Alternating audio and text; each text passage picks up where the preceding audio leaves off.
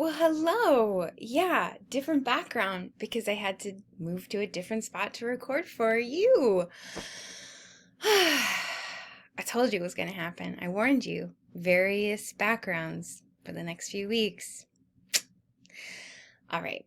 I hope this isn't too distracting. It's the coolest background I could find. Let's get back into it.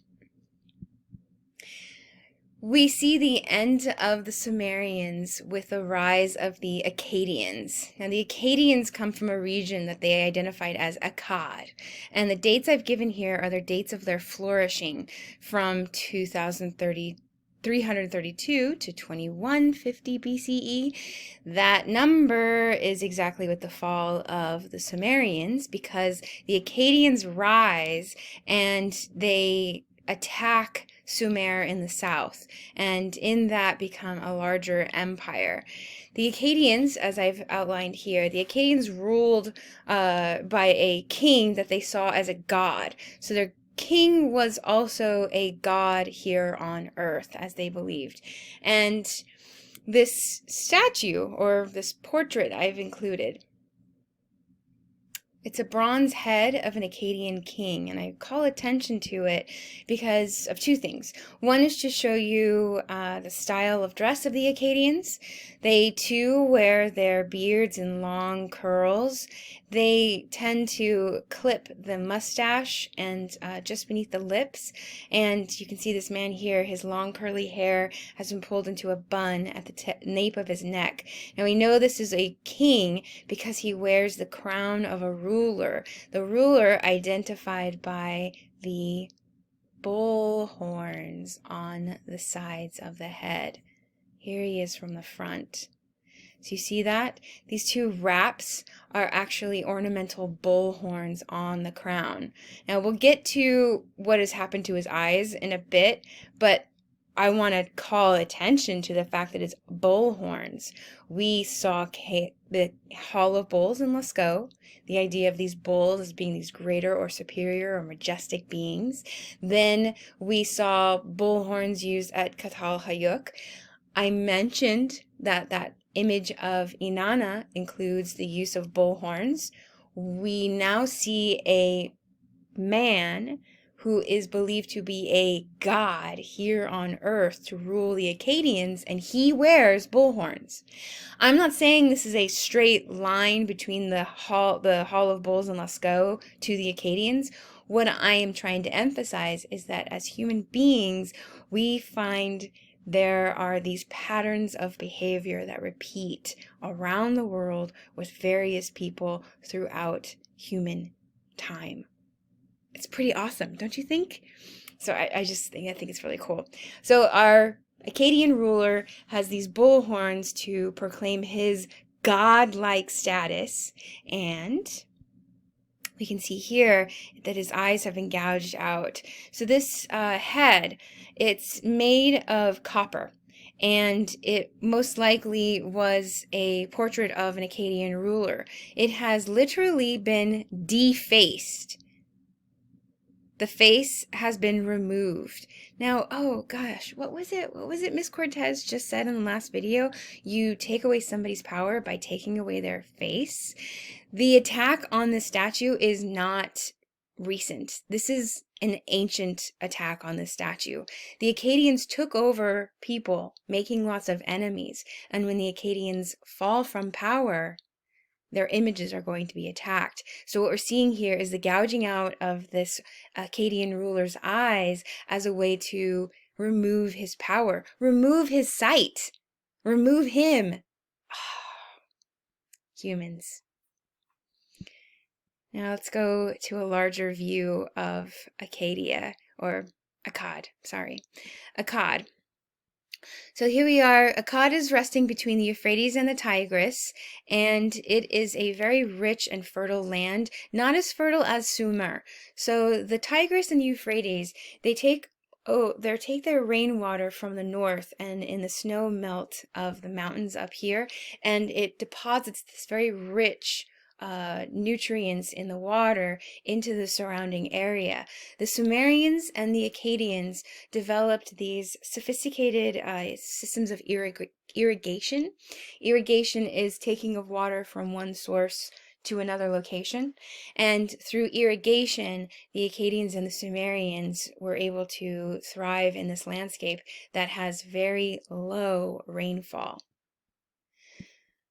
I mention the landscape because it's helpful when understanding our artwork. This is the Victory Stele of Naram-Sin. Now, the Victory Stele of Naram-Sin is a large block of stone that has been carved to indicate a specific key victory of an Akkadian ruler. The ruler is Naram-Sin. The stele, the word, I wish I had made it a vocab term with a definition. I didn't. But stele, S-T-E-L-E, stele is a carved outcrop of rock. And that's what this is. It's a 6-foot, 7-inch high piece of pink sandstone that has been carved. Now, it was most likely erected in a center of town where a lot of people would have been able to see it. Why? Because it's telling them a very important event about their ruler, Naram-Sin. Remember, there was a writing system at this time. The Akkadians adapted the Sumerians' cuneiform. However, most people don't know how to read. So there is a writing system, but no, not everybody can read it. What everybody can read are images like this. Let's look a little closer. Here, to give you a sense of scale, it's at the Louvre Museum in Paris. So when you get to the Louvre, I know you want to go see the Mona Lisa, but don't forget all the other rooms. When you go or before you go, email me and I can send you a list of all the other awesome artworks that people ignore in the Louvre. All right, let's get a little closer. Now, I said that this was placed in the center of town, an Akkadian town, and we don't know exactly where, but probably in the town of Sippar, S-I-P-P-A-R. It's not that I'm going to quiz you on that. I just want you to have some context. It was a town called Sippar. Somewhere in Sippar, this would have been displayed for us, the public, to see as we went about our everyday lives.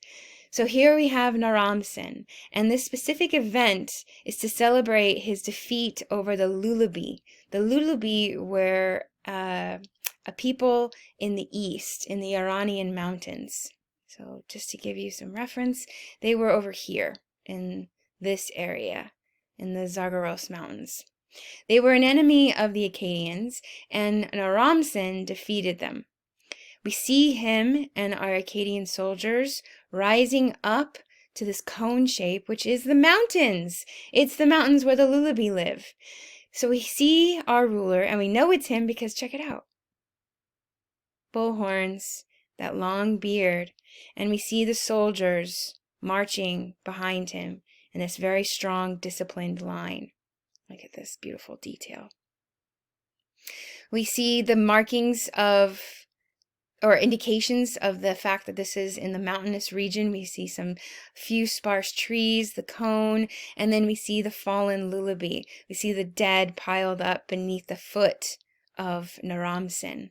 Visually, this is telling us, the people who are ruled by Naram-Sin, why he is such a strong and fierce ruler and how he rules. We see the discipline of our soldiers. We see the might and strength of our leader. And check it out. He rises to the top where there are 1, 2, 3 stars. These are meant to indicate the stars of heaven. The gods themselves are shining down on his victory. This makes sense because we believe he is a god here on earth, sent by the gods to lead us. So he rises up, and it's almost as if he's coming home to the stars, to the heavens above. Also, remember what goddess has 3 stars? Inanna. Now you might be wondering, so did the Akkadians, were they part of the Sumerian culture or faith or religion? They have shared ideas of religion, and what you see is local deities will be absorbed into other deities or might have these hybrids. This type of system of oh, goodness gracious, I don't want to say absorption, but evolution of people, of cultures. It happens all the time, all over the world. Now, they most likely spoke a different language than the Sumerians, but a shared, what's the word?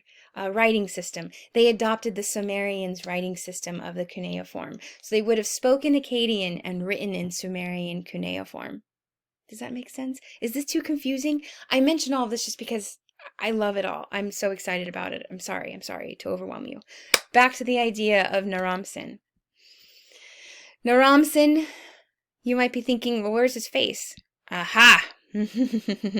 Well, he did have a face, and the artist would have carved it. However, after the fall of the Akkadians, another king comes in, takes this stele, and graffitis cuneiform on top of it, and chiseled out Naram-Sin's face. You take away somebody's power by taking away their face. Now we see Naram-Sin, and he is the largest figure in this scene.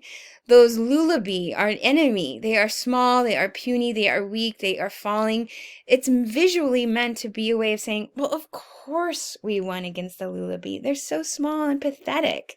And he's so big and he's so grand. It's not that Naram-Sin was a giant. It is a visual term called hierarchic scale. It's a shortcut to let you know who's the most important person in the scene. Hierarchic scale is your next vocabulary term. Hierarchic scale, an artistic convention in which greater size indicates greater importance. So he is the biggest here. He is the most important. He completely dominates the scene. Now, another element that helps us understand his strength and his boldness. Do you see how the artist has carved him to be facing with his shoulders forward, but his waist turns to advance, so it's as if he's looking forward here, but his waist is turned, and then we have his head in profile. So we have two views. We have one of him facing this way, and one of him with his shoulders this way. We have a composite view. Do you remember that from last week? Composite view? A convention of representation in which part of the figure is shown in profile and another of the same figure is shown frontally. That is the artistic shortcut to give us a better sense of his body, of his stature.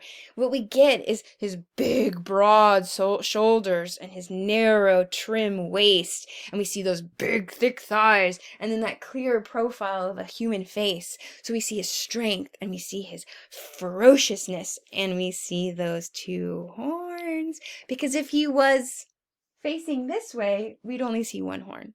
It wouldn't make much sense. But by turning his crown this way, we get to see those horns. So a composite view. Interesting, right? Look at this detail here. Now, the 3 stars have been damaged, but there is residue of paint. The paint on the figures and on the stars themselves. So this would have been extremely bold and bright and brilliant as you would have passed this on your way about your day. Now, as I said, this was looted or destroyed by another ruler, and I want to read it. This right here, this cuneiform was written 1,000 years afterwards when a ruler came in and took the stele back to his capital city.